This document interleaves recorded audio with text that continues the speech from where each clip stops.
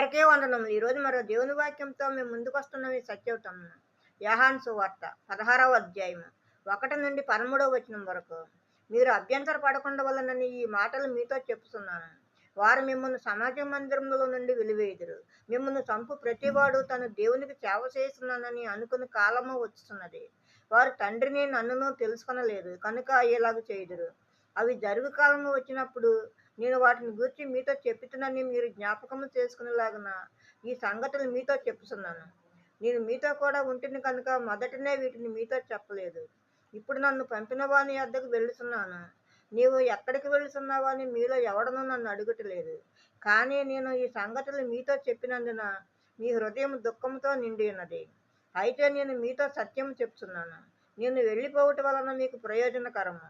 నేను వెళ్ళని ఎడల ఆదరణకర్త మీ యొద్దకు రాడు.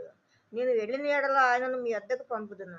ఆయన వచ్చి పాపమును గూర్చియు నీతిని గూర్చియు తీర్పును గూర్చియు లోకమును ఒప్పుకొనజేయును.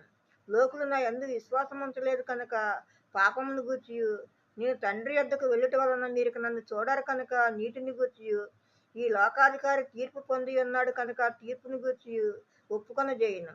నేను మీతో చెప్పవలసిన సంగతులు ఇంకా అనేక సంగతులు కలవు, కానీ ఇప్పుడు మీరు వాటిని సహింపలేరు. అయితే ఆయన అనగా సత్యస్వరూపి అయిన ఆత్మ వచ్చినప్పుడు మిమ్మల్ని సత్యములోనికి నడిపించుదును. ఆమేన్. మరో దేవుని వాక్యంతో రేపు మీ ముందు ఉంటాను. అందరికీ శుభరాత్రి. మన ప్రభువును ప్రియరక్షకుడైన యేసుక్రీస్తు కృప, కాపుదల, రక్షణ, ఆశీర్వాదము మన అందరికీ ఇప్పుడు ఎప్పుడు సదాకాలము తోడై ఉండుగాక. ఆమేన్, ఆమేన్, ఆమేన్.